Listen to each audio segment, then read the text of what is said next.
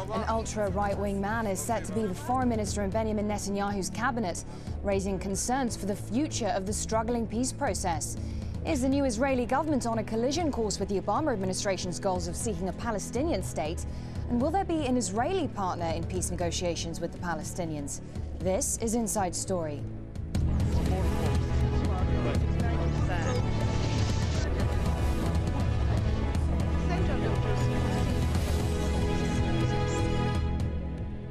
Hello and welcome to the programme. I'm Mariam Namazi. The Arab-Israeli peace process could be facing its greatest challenge.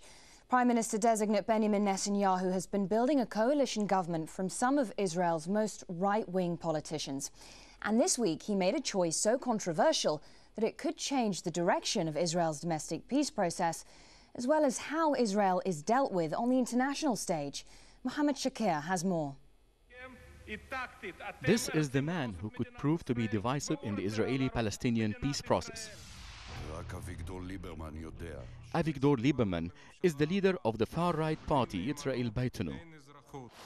And this week he signed a preliminary agreement to join a coalition government with the Likud leader Binyamin Netanyahu. Lieberman's notorious hard line on the Arab-Israeli conflict has made him popular at home but controversial abroad. The very first thing we must do is defeat the terror. There will be no negotiation or any ceasefire. The deal with Netanyahu would see Lieberman installed as both foreign minister and a deputy prime minister, giving him a strong influence in the new government. In his party's manifesto, he calls for all Arab Israelis to pledge loyalty to the Jewish state or lose the right to vote. Unlike Netanyahu and other coalition members, he advocates a two-state solution, but he demands that one of these states be wholly Jewish, raising the question of what to do with 1.5 million Arab Israelis who are not Jewish. The rest of the coalition resist the suggestion of two states and all refuse to split the capital, Jerusalem. These refusals may not sit well with the West. The United States is committed to a comprehensive peace between Israel and its Arab neighbors, and we will pursue it on many fronts. So too will we vigorously pursue a two-state solution. It may become difficult to convince anyone that the US and Israel are in total harmony despite diplomatic statements. I do not see profoundly any contradiction between the position taken by the United States and the position taken by us. Our aims are the same. Our values are the same. With the hope of the two-state solution being thrown out by a hard-line government in Israel, the United States may find itself in a quagmire with apparent contradictions between the Israeli and American strategic interests in the region. European leaders also expressed their concern about Netanyahu's building a right-wing coalition. We will be ready to do business as usual, normally, with a government in Israel that is prepared to continue talking and working for a two-state solution. If that not the case, the situation will be different. So the international community waits to see if this coalition is successful. And if so, does that mean that the peace process will be put on hold for the foreseeable future? Mohammed Shakir for Inside Story. Well, joining us today are our guests in Tel Aviv, Dan Shifton, a senior research fellow at the National Security Studies Center at the University of Haifa, and a senior fellow at the Shalem Center in Jerusalem. In Beirut, Robert Fisk, Middle East correspondent for the UK-based Independent newspaper. And in Cairo, Amr Hamzawi, senior associate at the Carnegie Endowment for International Peace in Washington, D.C. Mr. Hamzawi, if I can come to you first. Avigdor Lieberman has been described as being a racist. He's been accused of being a racist. He's proposed that Israel's Arab citizens sign loyalty oaths or lose their citizenship. Would his designation as foreign minister harm Israel's ties with the international community? Definitely, and I guess regardless where you look, whether you look at it in terms of the bilateral relations between Israel and the US, or Israel's relation to different European countries, or Israel's relations to Arab countries with which Israel did sign peace treaties, Egypt and Jordan, his appointment as a foreign minister is going to harm relations at least for a while. Lieberman has issued declarations which were received in a very negative way in different capitals. I would like like to mention the fact that he threatened Egypt several times. He is not a welcome figure. He's not going to be a welcome figure in Egypt anytime soon. So definitely it's going to harm Israel relations with the international community at large. Dan Shufton, if we look at Lieberman himself, I mean, all Israeli politicians are committed to preserving Israel's Jewishness, aren't they? I mean, how much difference will it make in the end whether you have Tzipi Livni or Avigdor Lieberman as foreign minister? It doesn't make much of a difference, and most of what I've heard here about Avigdor Lieberman and the positions of Israeli parties is absolutely wrong. The Israeli voter has voted for 4 major parties, and all of them are centrist parties. There is one very small radical right-wing party, and it's not clear yet if it'll be part of the coalition or not, but it only has 4 members of Knesset. Avigdor Lieberman has a style that is very tough and very blunt, but when it comes to the essence of his positions, he is for the partitioning of the land between a Jewish state and a Palestinian state like everybody else in Israel. This is something self-evident. If the Arabs don't want to accept it, then it's a dead end. It's accepted by the international community. It is the international legitimacy. This is the partition plan of the UN of 1947. Okay, well, let me put some of what you say then to Robert Fisk. Robert Fisk, what's your response to that? Well, if Mr. Lieberman really does believe in dividing the land and actually having a Palestinian state, why doesn't he say so? I think, you know, what frightens, you know, overseas governments is this thing about the oath of allegiance to the state of Israel. I mean, when Mr. Lieberman goes to Washington for his first visit and meets Lady Hillary, as I call her, Mrs. Clinton, is she going to suggest that America also asks its black minorities, for example, to sign a state of an oath of allegiance to the United States of America? I imagine that would certainly interest the president, wouldn't it? This is ridiculous.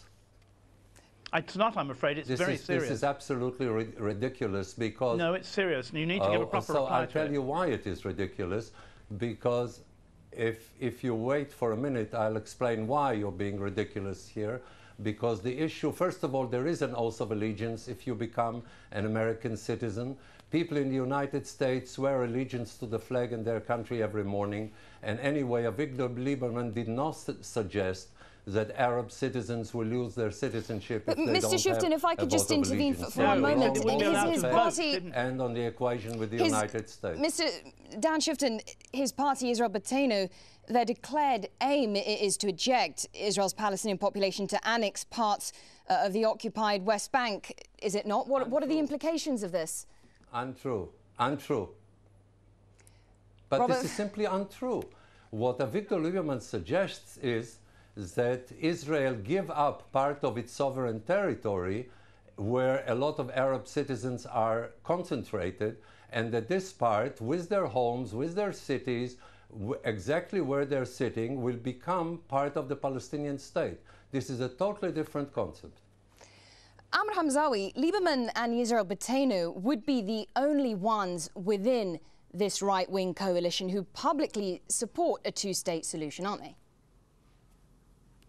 Yes, let me backtrack just for a second, because I really do not feel like going into a practice of rationalizing right-wing positions by describing them as centrist. Well, they might be sort of centrist positions in Israel, since Israel has shifted in general to the right. But I mean, to convey the message of Lieberman standing in the center or Binyamin Netanyahu standing in the center is definitely extremely very hard to comprehend outside Israel. So we are looking at a right-wing government, be it you look at it in terms of its domestic platform or in terms of its regional and international platform. And any other description by saying that all Israeli politicians agree on a two-state solution really does not indicate much, because when you come to the details of what kind of two-state model we are looking at, when you come to the issue of refugees, to the issue of Jerusalem, to final status of the Palestinian state, the so-called Palestinian state, there are a great deal of details which are not clarified. And what is clear up until now is that we are looking at a right-wing government which is going to give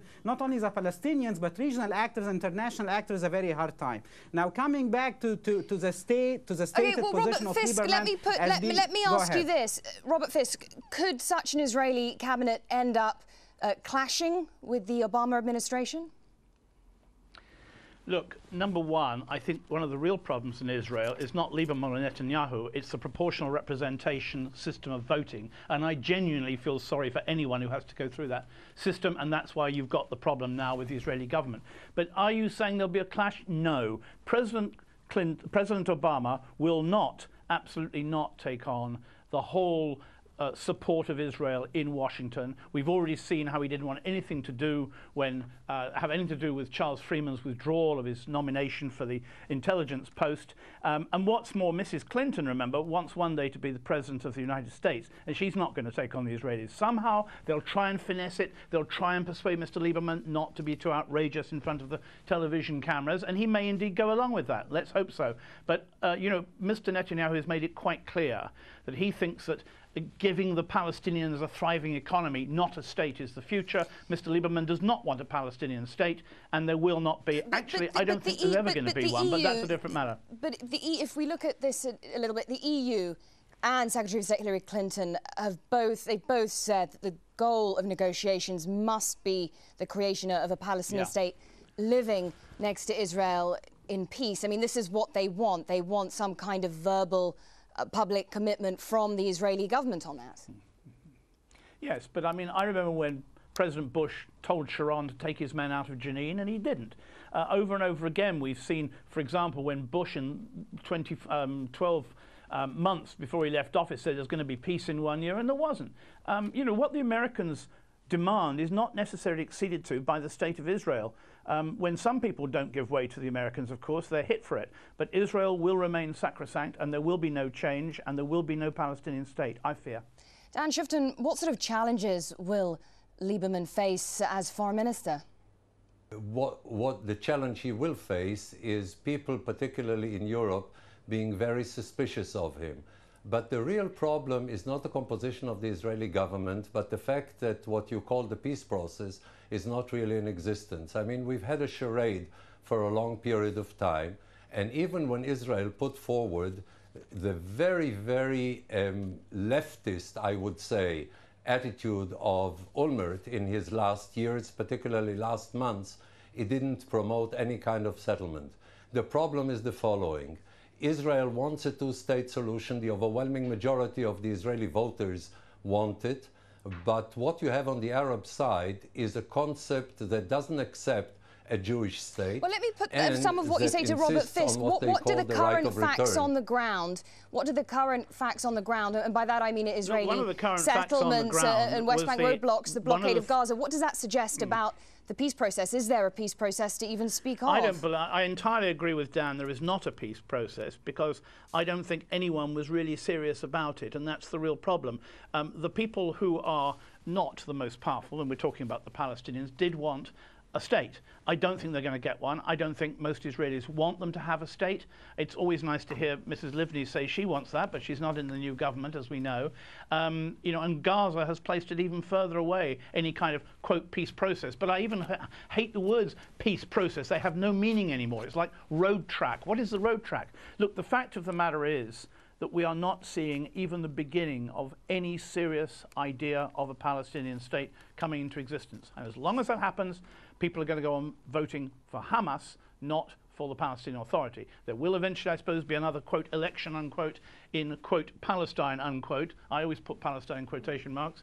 But what will that produce? It seems to me that no one is expressing sufficiently the gravity of the present situation in the Middle East and how very bad it is becoming and how it is continuing to get more and more serious, graver and graver, more and more dangerous. OK, well, that's where we'll take a break. But when we come back, the so-called moderate Arab countries need to review their position on dealing with the new Israeli government. Stay with us.